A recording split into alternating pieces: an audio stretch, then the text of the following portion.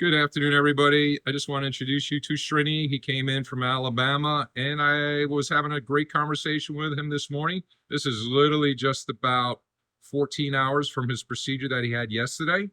And we were just talking a little bit this morning. He wanted to share some thoughts. Go ahead, Srini, please. All right, so I came in yesterday, and I really wasn't nervous about the procedure because I'd done a lot of research on the websites and on the great hair transplant website, the YouTubes, and when patients come and tell me that it was painless, it's literally painless. It was just like having to go to a spa or some relaxation treatment. When their doctor came in, Dr. Bolton, the best doctor you can ever find. He was so open to all your questions. No questions is stupid questions.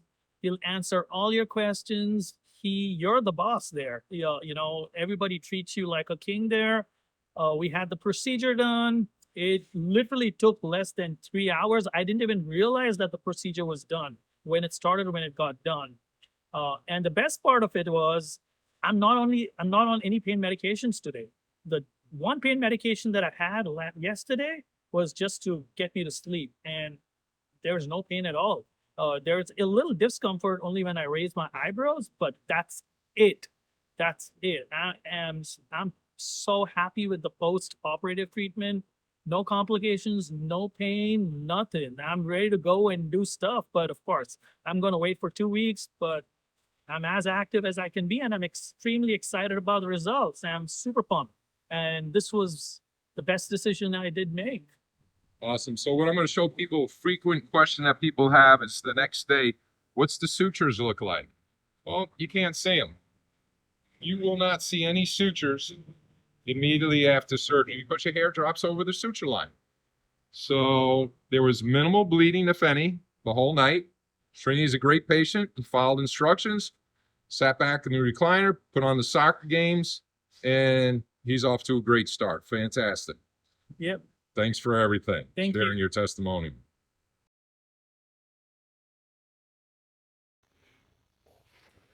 Hello guys, this is my 8th day. I do see some roughness here. I believe most of my scabs are gone, but there are a little bit of bumps here that I can feel. Uh, I've started doing a little bit of more aggressive washing for 2 days, and it's helped a lot with getting rid of the scabs. But I do see some hairs out here. I can feel some hairs. So this is my 8th day. I'm excited about my 10th day when I get my sutures out. It's a little tender, but nothing major. That's only when I sleep over it. Otherwise, I don't even feel it's there. So, but yeah, this is my 8th day update. I can finally see my hairline here. If you look here, that's my hairline. And there are places where I never had hair, and I can see some baby hair out there, out here. So, super excited.